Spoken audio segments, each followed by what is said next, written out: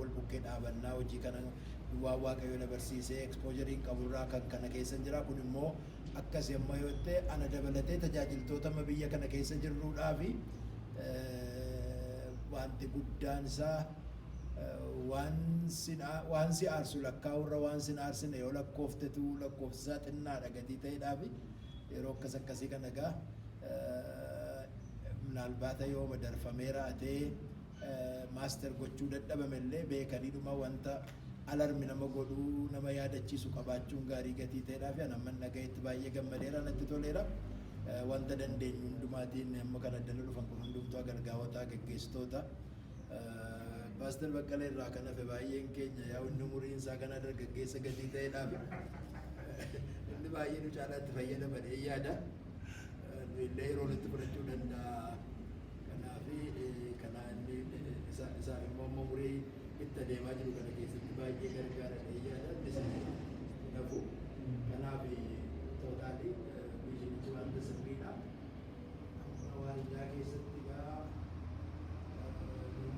waldaa keessa kan jirudha fi reedii beedii ta'e waldaa agarqaa tajaajilaa ta'e asirrii irraa suuraa everti akkasumatti dabalee baafnaa hojii ta'e reedii beedii ta'e qophaa tokko ta'e ta'ee tokko fudhachuu waldaa tokko ta'eedhaan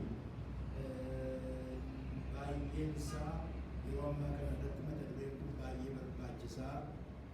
Amantooti keenyas wanta reedii meedii ta'e kawwee fudhachuu dhufuun nuyis immoo kan nuyi baay'ee itti qophaa'eerru wantuma reedii meedii ta'e sana isaan barbaadan kennuu fi caalaa stakeholderoota akka isaan ta'anii wanta adda addaatti dhufuurra jiru kun immoo ittuu agalgaa yeroo malee kan ajjeesu utuu ayyaana qabu utuu mul'ata qabu utuu poteenshaalii qabu yeroo malee kan ajjeesu gatii ta'uudhaafi baay'ee gaariidha.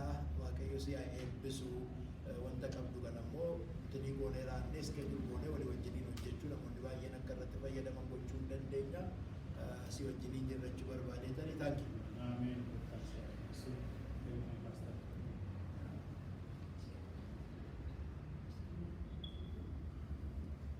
Namoota biraan yaada laachuu barbaadanii maal godhu?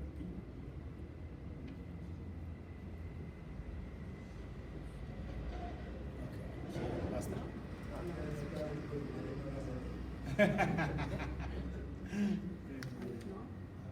Maal taasisan Pastor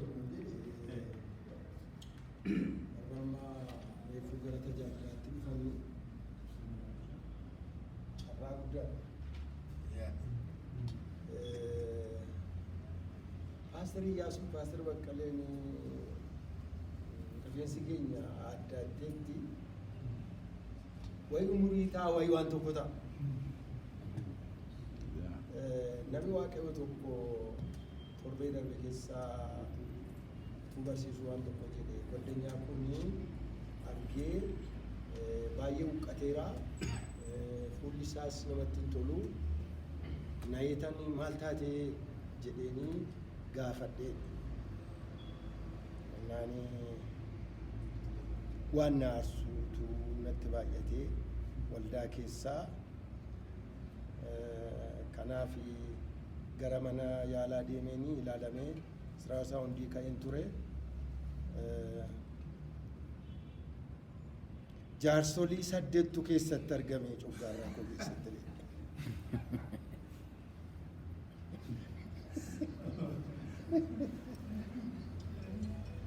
Jaarsolii 8tu argamee mirmaraa irratti jedhee teessisee ganii yoo itti fufuu barbaadda ta'e kana godhiitii obsaan itti fufi. Kana ta'uu baannaanii waggaa dhufuu yaa'u hinduutaa si awwaaluu dhufnan ittiin jedhee. Naa maalifanii kana jechuu barbaade waldaa keessatti namni naarra hin jiru. Keessumaa namoonni addana jirru waan baay'eetu nu aarsaa. Faarfattoonni nu aarsu, daaqunoo ta'uu danda'u, maroonni adda waan karaa adda addaatu jira. Yeroo kanatti barumsa akkasii ka'umsaa dhaloota ammaa hojii waaqayyoo jechuudhaaf ka'anii umurii dheeraa akka isaanii tajaajilan isaan godha. Waaqayyo isaa eebbisu.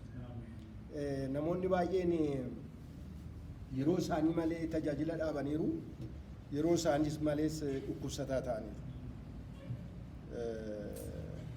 raayii baay'eetu qabanii, mul'ata baay'eetu qabaatanii, mul'ati baay'eentu keessa isaanii jiru, hojii isaanii dhaabaniiru.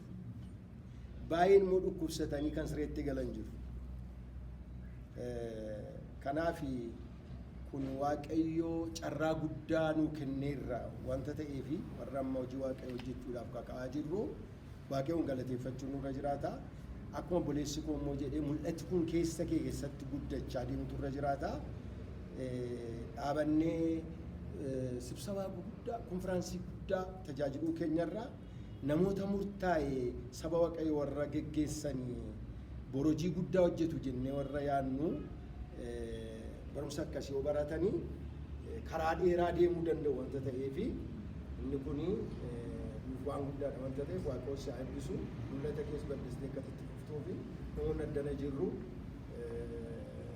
waa dubbachuun namatti ulfaata sirba tokko sobna gargaara taane asoo sii kadhanna narraanfachuu dandeenya Waaqayyoon waa gargaaru akkasii kadhannuuf Waaqayyoo si haa eebbisu.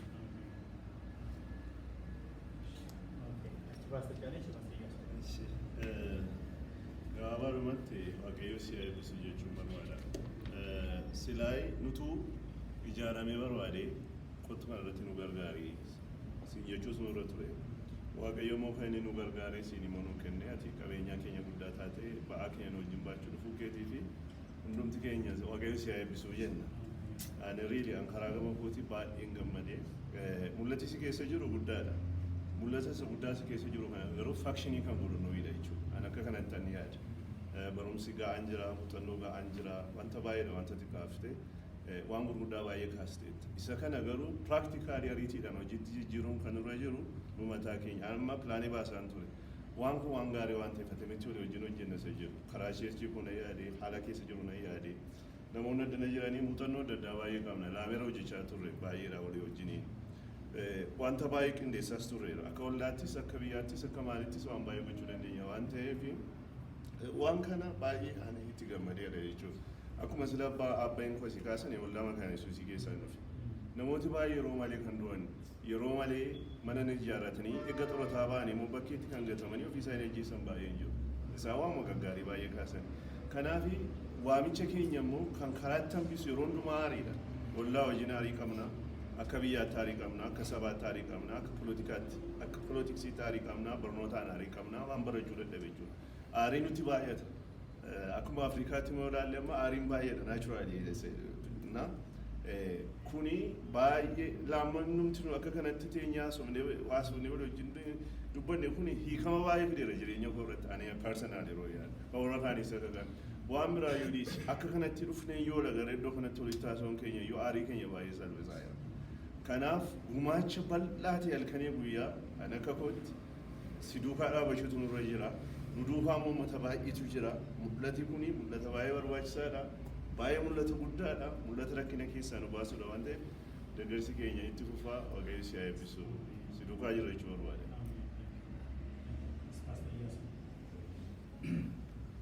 Enaasaati. Haawuni baay'ee turuu miti. Barumsa kana keessatti yeroo darbe obboleessi keenya waadaa nuu galee deeme nan deebi'adhee yeroo baay'ee namoonni baay'ee waadaa nuu galu. Garuu yeroo achi ga'anii nan rakkadhee nan hafeeyyuu jedhanii obboleessi keenya garuu sagalee isaa gara Waaqayyoo si haa eebbisu jechuun barbaada. Inni kun egaa nama ba'aa saba Waaqayyootti dhaga'amutu godha malee inni gaan ajandaa mataa isaatii jiraata jechuudha. Kun immoo kennaa Waaqayyooti waamicha.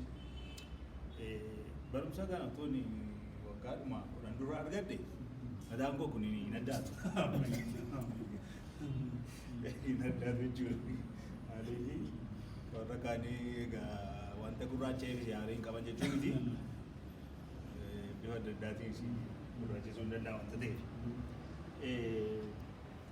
Yeruma sagantaa dhumayyuu jalqaba sinaarraa dhuma sinaarraa waldaa keessatti saasitti dhufuu didee jennee aarra yeroo sagantaan mootuma lallabee dhufnaa yeroo inni qabu sinaarra eerattonne toga si'achi immoo waan baay'ee haasofnaa jechuudha. Ana waan baay'ee karaatti na deebisi. Waaqayyo isaa eebbisuun jechuu barbaada. Maaliifi sa'aatiitti dhufanii inni sagantaa geggeessus saboonnidha. Ergaa mayyuu gaggeeffannu siraata askabaarii ta'e haanee teenya waanta ta'e keessumaa paasteroonni rakkadha. Egaa isa kana tarii furmaata iyyuu anaaf ta'eera jettanii yaada. Egaa na duwwaa miti egaa rakkina akkasii kan qabu amanaan hundinuu aarii qaba. Barumsi kuni paasterii duwwaa miti akkaataan itti dhiyaatu adda adda yoo ta'u malee eenyumaaf iyyuu barbaachisa jedhanii yaada. Isa kana immoo nuti akka naannoo keenyaatti waaqa nu gargaare dursa galgaata naannoo keenya qindeessinee isa kana walii wajjiniin sandeebiin jiraana. Waaqa nu gargaare immoo akkuma waldaatti iyyuu hin qopheessina. Egaa yeroochi iyyuu wal singawwamma barumsi kun mi'aana waanta ta'eefi inni kana dhaga'e immoo waan jedhus qaba. Gaafnis waan dhugaa baanu qaba. Akkuma jettee nan deebi'aa jetteen ta'a. Saabsii kanana barumsi kun amma iyyuu barbaachisa. Yoom akka ta'e immoo booddee sagantaa qabaachuu dandeenye.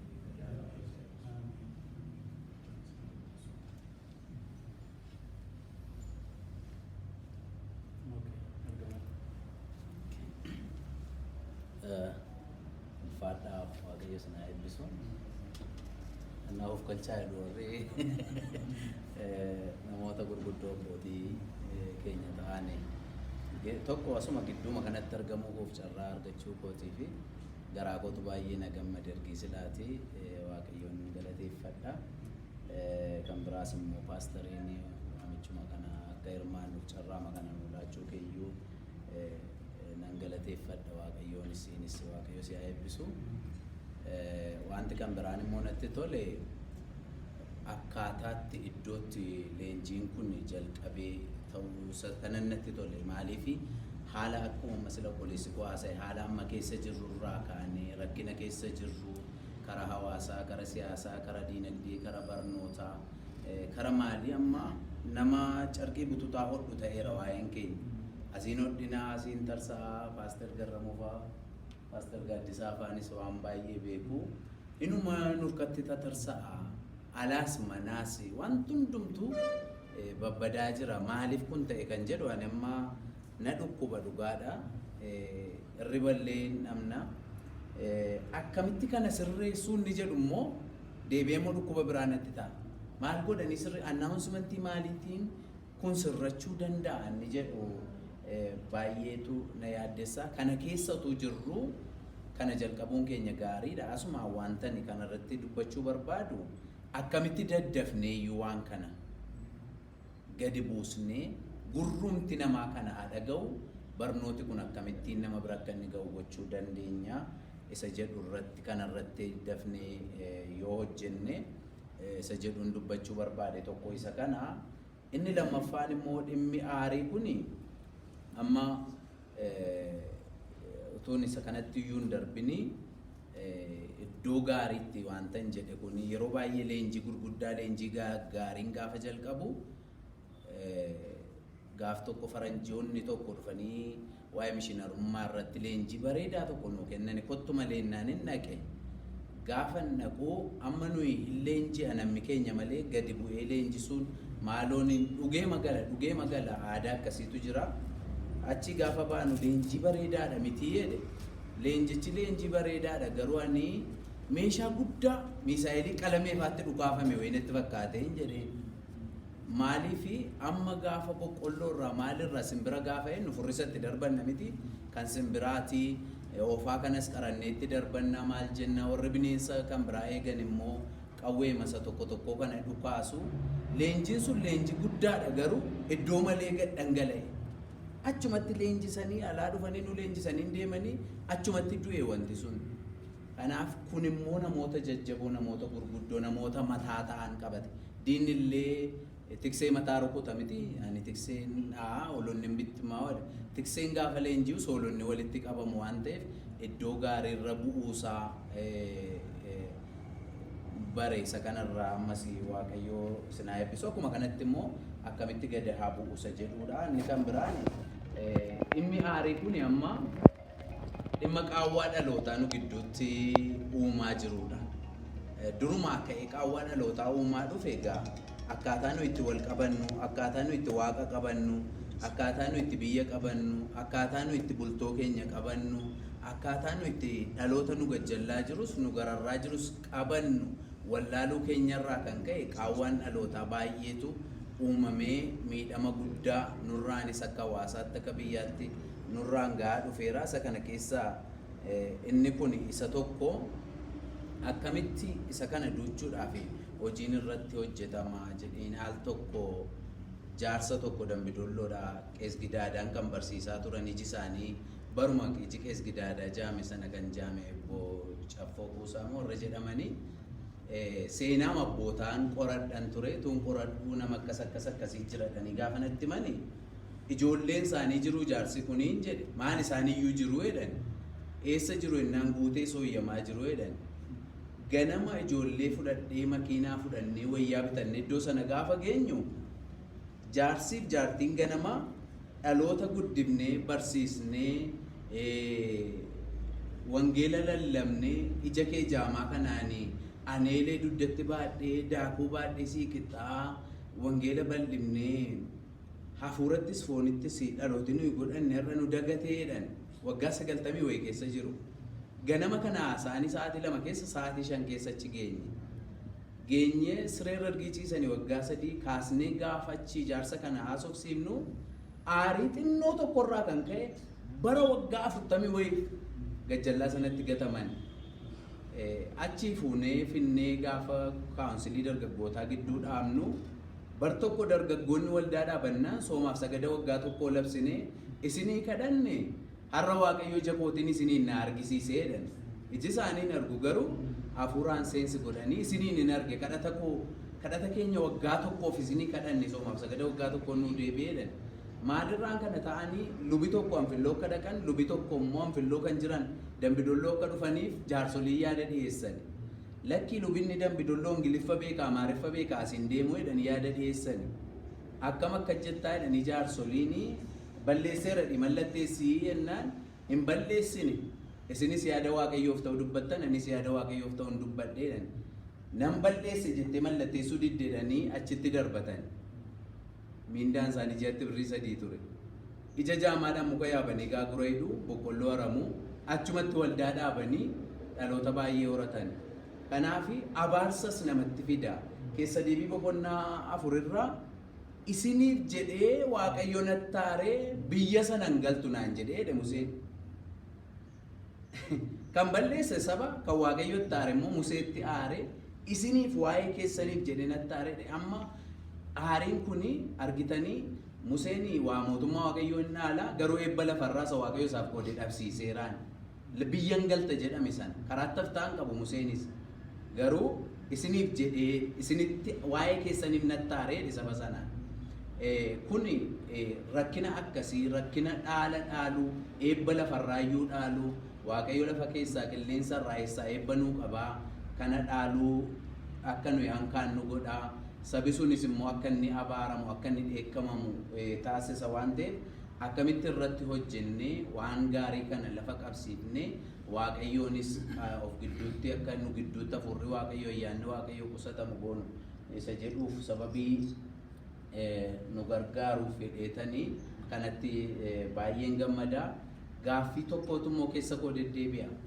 aariin uumamaan namaaf kennamaa isa jedhudha mucaa xinnoo tokko mucaa waggaa 3 qabaa dhalatee harmama isa hodhu hin aara harmuma haadhaarratti yoo seen harma afaanii fuutee mboccoraa ji'a 2 ji'a 3 ta'ee maanni mucaan kun eessaa dhufe anis amala kanan qabooti soon qabdu eessaa dhufe jennaa aariidhuma harmarraa ka'ee hammarraatti akkas yoo galgalatti dheekkamte jechuu jalqabe ganama rafee ka'ee yoo tidhattu akka sana jedhaa jiranii hin aara waan xinnoo isheetu aarsa